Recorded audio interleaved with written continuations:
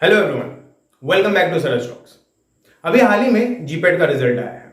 GPAT एक national level exam है जो फार्मेसी के बच्चे देते हैं और इस एग्जाम को क्वालिफाई करने के बाद बहुत सारी अपॉर्चुनिटीज खुल जाती हैं। और इस बार भी बहुत सारे बच्चों ने इस एग्जाम को दिया होगा। कुछ क्वालिफाई कर पाए होंगे, कुछ लोग क्वालिफाई नहीं कर पाए होंगे। बट हम जीपेट एग्जाम देने के बाद की बात करेंगे। आज आप अगर क्वालिफाई कर लिए हैं तो कांग्रेचुलेशन, लेकिन अगर आप क्वालिफाई नहीं किए हैं तो दुखी होने की कोई जरूरत नहीं है। बिकॉज आज इस वीडियो को देखने के बाद आपको समझ आएगा कि मेन रीजन क्या है, क्यों आप दुखी नहीं होना चाहिए। आपको किस तरह से इस एग्जाम को देखना चाहिए, इस रिजल्ट को सोचना चाहिए। सबसे पहली बात, जब हम कोई एग्जाम देते हैं जो इस तरह का हो, जहां पे आपको मल्टीपल चॉइस क्वेश्चंस रहते हैं और आप उस पर मेहनत करके जाते हैं और उस एग्जाम को देते हैं, तो सिर्फ आपकी मेहनत एक क्राइटेरिया नहीं होती। बहुत सारे क्राइटेरियाज होते हैं जो डिसाइड करते हैं आप क्वालिफाई करेंगे या नहीं करेंगे। बिकॉज कट ऑफ कितना जाएगा आपके हाथ में नहीं है, कौन से क्वेश्चंस आएंगे वो आपके हाथ में नहीं है, उस समय आपका दिमाग कितना काम करेगा कितना काम नहीं करेगा वो आपके हाथ में नहीं है। आपके हाथ में सिर्फ मेहनत थी, आपने मेहनत किया, आप गए, आपको क्वेश्चन दिखे, आपने अपने हिसाब से जो भी आंसर करने थे वो किए। अब उसके बाद ये डिसाइड होता है कट ऑफ देखने के बाद कौन सिलेक्ट हो रहा है कौन नहीं हो रहा है। बट सिलेक्ट होने वाले बच्चे और जो नहीं सिलेक्ट हुए उनमें कोई खास फर्क नहीं है। फर्क बस इस बात का है कि उस पर्टिकुलर डे में जो बच्चे सिलेक्ट हो गए उनके हिसाब से क्वेश्चंस थे और वो उनका दिन था जहां पे उनकी मेहनत के हिसाब से क्वेश्चंस आए और उन्होंने उसको क्वालिफाई किया। और जो बच्चे क्वालिफाई नहीं कर पाए वो भी मेहनत करके ही गए थे, बट उस दिन शायद वो टाइप के क्वेश्चंस नहीं आए जो उनको आते थे, या उस तरह से उनके हिसाब से सिचुएशंस नहीं हो पाई जिसके कारण वो क्वालिफाई नहीं कर पाए। बट अगर कोई क्वालिफाई करता है या नहीं करता है, उसको इस एग्जाम को किस तरह से देखना चाहिए। सबसे पहली बात कि ये एग्जाम एक पॉइंट है, एक बस इस आपकी जर्नी का एक पार्ट है जो आप क्रॉस कर रहे हैं। जो क्वालिफाई कर गए वो भी और जो नहीं किया वो भी।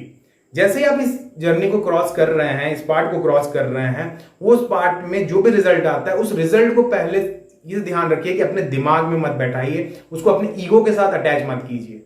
ये मत सोचिए कि मैं जीपेट क्वालिफाइड हूं और उसको ईगो में मत लीजिए। ना ही ये सोचिए कि मैं जीपेट क्वालिफाई नहीं कर पाया, मैं टैलेंटेड नहीं हूं, मुझे कुछ नहीं आता। कोई भी एग्जाम आपके टैलेंट को डिसाइड नहीं कर पाता एक दिन में, एक बार में।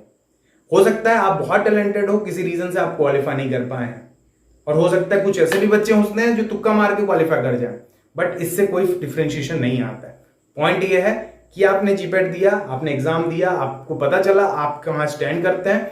अब अगर आप जीपेट क्वालिफाई कर गए तो आज मैं मजे करने को एंजॉय करना है, कर लो।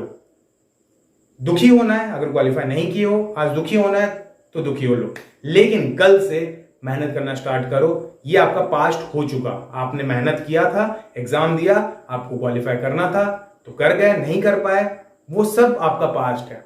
अब कल से आपका प्रेजेंट स्टार्ट होगा और आगे जो लाइफ में आप चीजें अचीव करेंगे उनको अचीव करने के लिए आपको फिर मेहनत करनी होगी, फिर से आपको अपना 100% देना होगा, तभी जाके आप आगे की चीजों को अचीव कर पाएंगे। तो इसको एज पास्ट लो, ये एक अचीवमेंट आपने अचीव कर लिया, अब ये खत्म हो गया। अब आगे आपको और मेहनत करनी है आगे की चीजों के लिए, और जब तक आप आगे मेहनत करते जाएंगे तो और इसी तरह की अचीवमेंट्स आप लेते जाएंगे।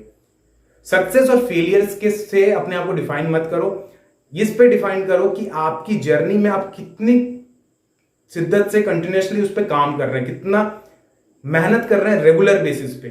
जितना रेगुलर बेसिस पे आप काम करेंगे उतने सक्सेसेस आपको लाइफ में मिलेंगे।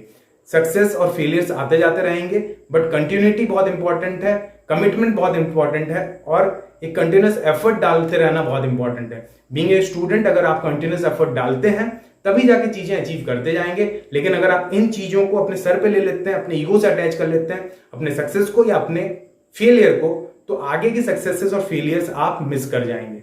तो जो आपको नहीं करना चाहिए। जो भी हुआ, अच्छा हुआ बुरा हुआ, वो पास था, अब आगे क्या, इसके बारे में सोचें।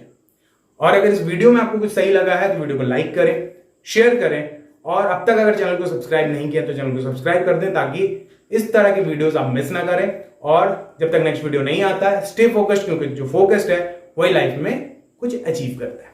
Thank you.